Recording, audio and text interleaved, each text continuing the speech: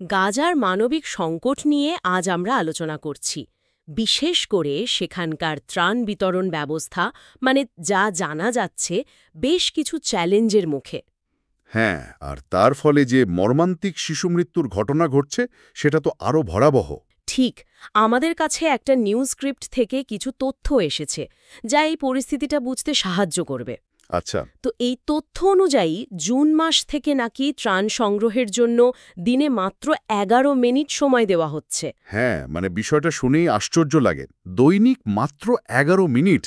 এত কম সময়ে এত মানুষ যখন খাবার জোগাড় করতে যায় তখন কি হয়? যা হওয়ার তাই হচ্ছে, চরম বিশৃঙ্খলা, হুড়োহুড়ি, পদপিষ্ট হওয়ার ঘটনা ঘটছে। আর আর গুলির আতঙ্কের কথাও শোনা যাচ্ছে। হ্যাঁ, সেই ঝুঁকিও থাকছে।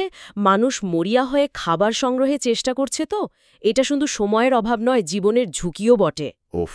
আর এর ফল শিশুদের ওপর প্রভাবটা কিরকম পড়ছে?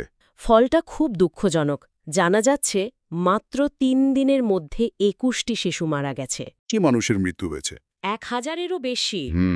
আর ২০ লক্ষরও বেশি মানুষ, গাজার বিশাল সংখ্যক জনসংখ্যা প্রয়োজনীয় খাবার, ওষুধ পাচ্ছে না। পরিস্থিতিটা যে কতটা ভয়াবহ তা রাষ্ট্রপুঞ্জের মহাসচিব আন্তোনিও গুতেরেসের একটা কথাতেও স্পষ্ট।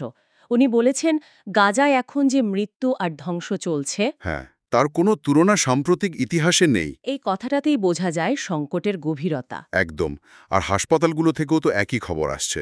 যেমন ধরুন আল-শিফা হাসপাতাল। সেখানে কি জানা যাচ্ছে? ওখানকার সূত্র বলছে অপুষ্টি আর ডিহাইড্রেশন, জলশূন্যতার কারণে শিশু মৃত্যুর হার সাংঘাতিকভাবে বেড়েছে।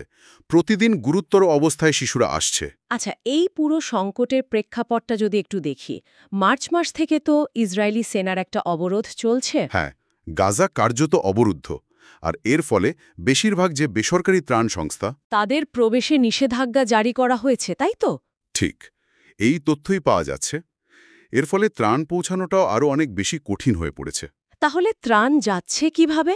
কোনো সংস্থা কি কাজ করছে? হ্যাঁ, সরকারিভাবে অনুমোদিত একটা সংস্থা আছে, Gaza humanitarian foundation, GHF। GHF, আচ্ছা। এরা 4টে নির্দিষ্ট জায়গায় ত্রাণ বিতরণ করছে বলে জানা যাচ্ছে।